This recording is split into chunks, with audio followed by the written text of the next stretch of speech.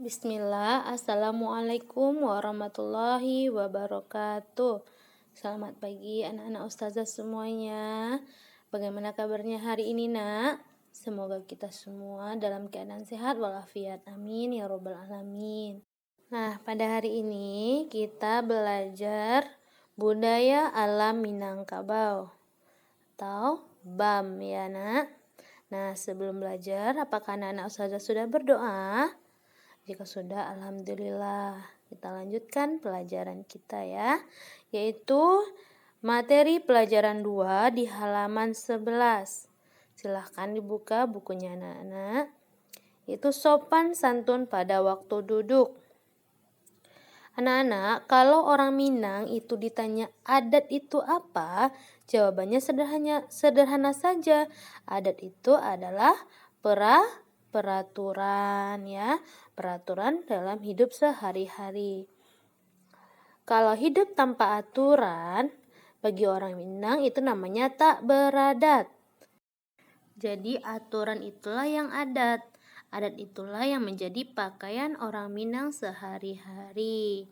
Bagi orang Minang, duduk, berdiri, berbicara, berjalan, makan, minum, dan bertamu itu memiliki adat. Ya, menguap dan batuk harus mempunyai adat juga.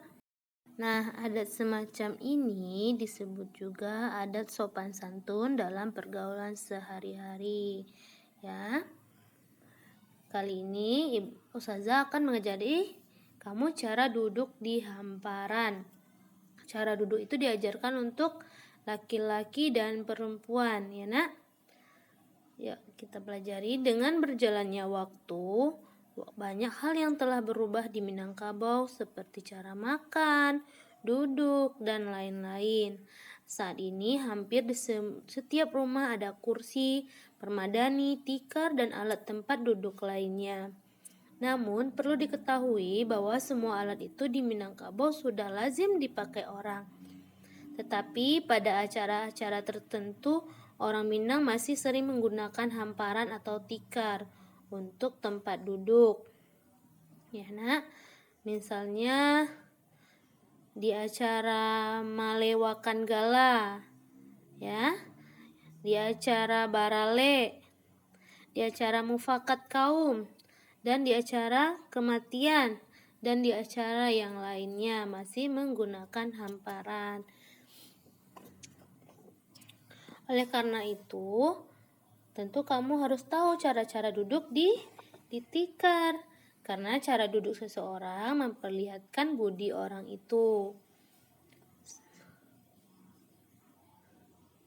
Cara duduk laki-laki dan perempuan di hamparan. Kita akan bahas ya bagaimana cara duduk anak laki-laki. Duduk di tikar bagi laki-laki di Minangkabau adalah duduk baselo atau bersila. Duduk seperti inilah yang disebut dengan duduk beradat. Ya nak, kamu pasti bisa melakukan cara duduk baselo, yaitu kedua kaki dilipat teratur, lutut tidak boleh ditegakkan, punggung tidak boleh membungkuk karena akan merusak tulang punggung. Jadi, waktu duduk baselo, kaki dilipat dan punggung lurus, sehingga duduk bisa bertahan dalam waktu yang lama. Kalau sudah demikian, petanda duduk laki-laki sudah memenuhi adat yang berlaku. Namun, kalau letih, kaki dapat ditukarkan. Jika yang pertama kaki kanan di atas, dapat dipindahkan kaki kiri yang di atas, ya nak? Selanjutnya, cara duduk perempuan di Minangkabau. Perempuan di Minangkabau juga mempunyai cara duduk yang disebut duduk basimpuh atau bersimpuh. Duduk basimpuh caranya adalah lipat kaki kanan dan kaki kiri di bagian samping tubuh. Posisinya ujung kaki kiri diletakkan ke samping pinggul. Kaki kanan disusun sejajar dengan kaki kiri. Bisa juga dilakukan sebaliknya.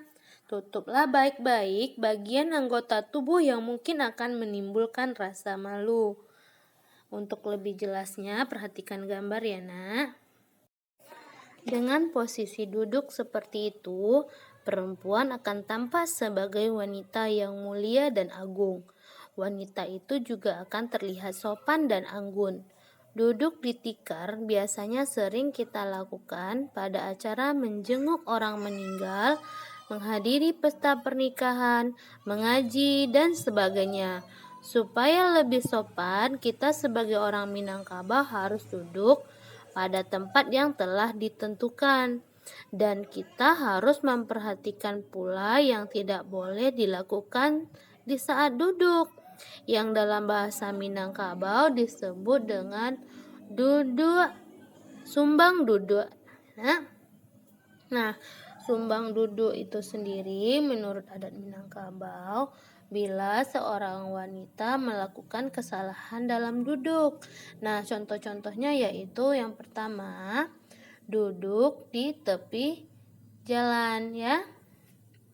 Duduk di tepi jalan tanpa ada yang menemani dan tidak ada keperluan. Nah, itu tidak boleh kita lakukan sebagai perempuan.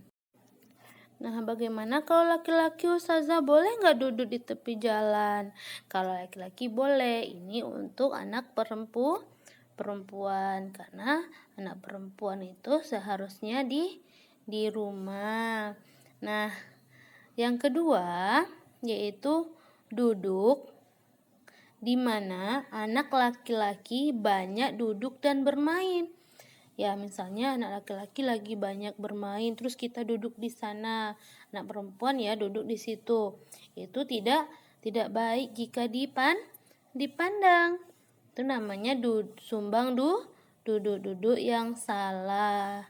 Ya, nah.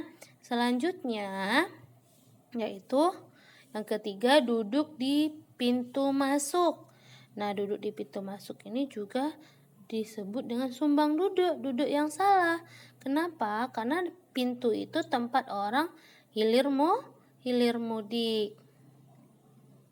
Selanjutnya yaitu yang keempat. Nah, duduk yang keempat ini yaitu duduk menyerupai duduk laki-laki, yaitu duduk baselo. Anak perempuan tidak boleh duduknya baselo. Anak perempuan duduknya basimpul. Jadi duduk baselo hanya untuk anak laki-laki. Ya, nah. Jadi anak Ustazah sudah tahu ya apa-apa saja sumbang duduk untuk anak perempuan. Selanjutnya, duduk dalam arti hiasan. Di samping cara duduk dan tertib duduk, ada pula arti duduk dalam hiasan seperti duduk ubi, yaitu duduk yang mendatangkan hasil. Contoh, mendengarkan pengajian, membaca buku, membuat pekerjaan rumah. Itu duduk yang mendatangkan hasil. Yang kedua yaitu duduk surang basampi-sampi, duduk basamo belapang-lapang. Artinya, kesulitan jangan menjadi beban sendiri. Bicarakan bersama cara penyelesaiannya. Orang pandai mengatakan, nagari indak kaselesai de awak surang.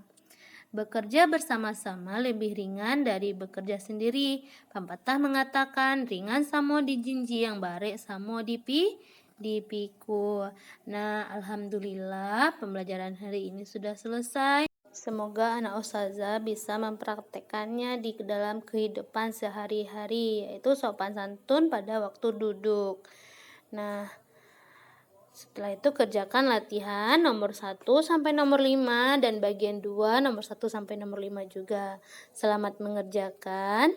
Ustazah tutup dengan wassalamualaikum warahmatullahi wabarakatuh.